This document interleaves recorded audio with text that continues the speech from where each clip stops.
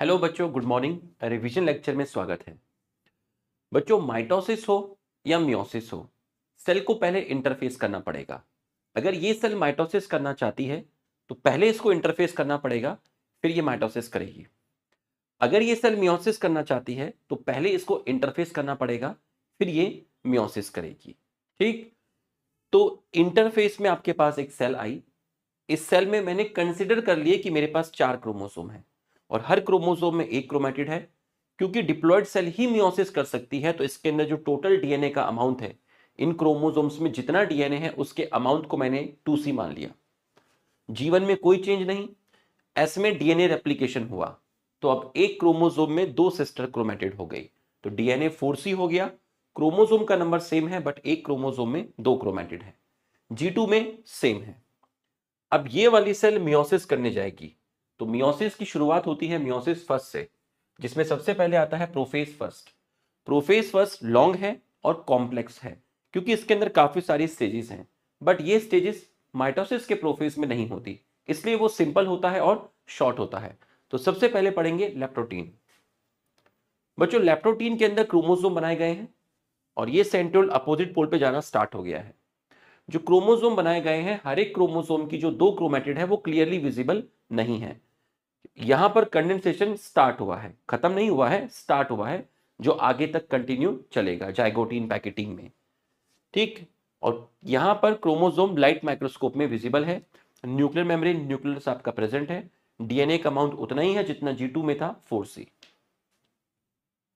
Zygotene, zygotene में क्या हुआ, ये जो क्रोमोसोम थे इनमें पेयरिंग हो गई। तो हर पेयर में, अगर मेरे शरीर में 46 क्रोमोसोम है तो पेयर कितने हुए, 23 पेयर हुए। तो हर पेयर में 2 क्रोमोसोम है, जिसमें से एक मेरी मम्मी से आया है और एक मेरे पापा से आया है। ठीक, 23 मम्मी से आया, 23 पापा से आया। तो हर पेयर में 2 क्रोमोसोम, एक मम्मी का और एक पापा का। मम्मी को मैटरनल, पापा को पैटर्नल। और ये जो क्रोमोसोम होते हैं इनका साइज लगभग सेम होता है और इनको होमोलोगस क्रोमोसोम बोलते हैं। तो ये दोनों होमोलोगस क्रोमोसोम है जो साथ में आ गए। तो पेयरिंग ऑफ होमोलोगस क्रोमोसोम, जिसमें एक मैटरनल एक पैटर्नल है, सिनेप्सिस बोलते हैं। क्यों हुआ बताएंगे। और साथ में लाने के लिए कुछ प्रोटीन हेल्प करते हैं, उन प्रोटीन को बोलते हैं सिनेप्टोनिमल कॉम्प्लेक्स। कॉम्प्लेक्स प्रोटीन होते हैं। तो आपका एक स्ट्रक्चर फॉर्म्ड हो गया बाइवेलेंट। तो एक बाइवेलेंट में 2 क्रोमोसोम, 2 क्रोमोसोम में 4 क्रोमेटिड, और 4 क्रोमेटिड मतलब एक टेट्राड।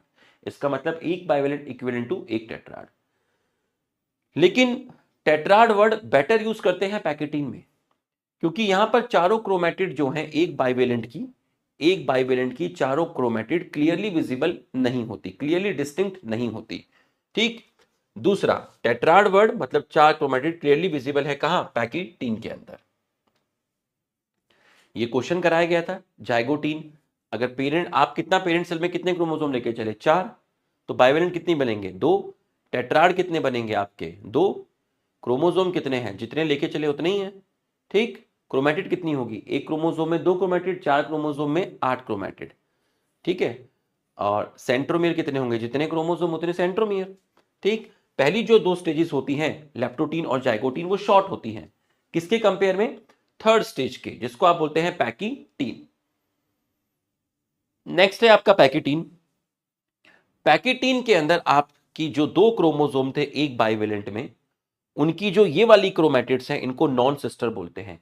एक ही क्रोमोसोम की 2 क्रोमेटिड सिस्टर, अलग अलग क्रोमोसोम की 2 क्रोमेटिड नॉन सिस्टर। तो नॉन सिस्टर क्रोमेटिड में जो जेनेटिक मटेरियल था, जो डीएनए था, वो एक्सचेंज हो गया। इसको बोलते हैं क्रॉसिंग ओवर और रिकॉम्बिनेशन। एंजाइम हेल्प करता है रिकॉम्बिनेस, और क्रॉसिंग ओवर से हमारे अंदर वेरिएशन आती है। ठीक, और क्रॉसिंग ओवर आपका, जिसको आप रिकॉम्बिनेशन बोल रहे हो, वो पैकेटीन के एंड में जाकर कंप्लीट होता है। ठीक, यहां पर चारों क्रोमेटिड आपको क्लियरली विजिबल है, तो आप टेट्राड वर्ड बेटर यहां यूज करते हैं। और जिस स्ट्रक्चर पे क्रॉसिंग ओवर होता है, इस जगह पर क्रॉसिंग ओवर हुआ, तो इस स्ट्रक्चर को रिकॉम्बिनेशन नोड्यूल बोलते हैं।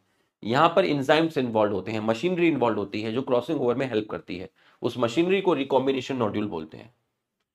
अब क्रॉसिंग ओवर करवाने के लिए दोनों क्रोमोसोम को साथ में रखना था, इसलिए सिनेप्टोनिमल कॉम्प्लेक्स की जरूरत थी।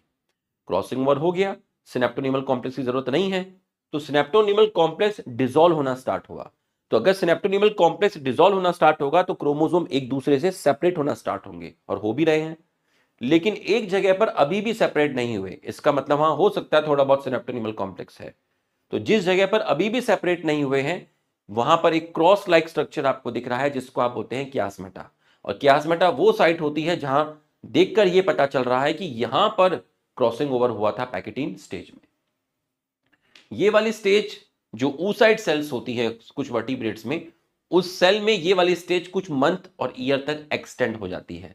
उस स्टेज को बोलते हैं डिक्टियोटिन स्टेज। यहां देखिए कियासमेटा गायब हो गया, इसको बोलते हैं टर्मिनलाइजेशन। ये प्रोफेज का लास्ट स्टेज है, इसका मतलब न्यूक्लियस न्यूक्लियर मेम्ब्रेन डिसअपियर हो गया। इसके बाद मेटाफेज 1 आएगा, मतलब ट्रांजिशन टू मेटाफेज 1। और ये लास्ट स्टेज है प्रोफेज की, final stage of prophase 1। Condensation chromosome का कंप्लीट हो गया, सेंट्रोड अपोजिट पोल पर आ गया और आपकी स्पिंडल फाइबर फॉर्म्ड हो गई। ये टेबल में आप देख लीजिए, 2C था, फिर 4C 4C 4C 4 4 4। तो बच्चों रिवीजन कैसा लगा कमेंट करके जरूर बताइएगा। Thank you.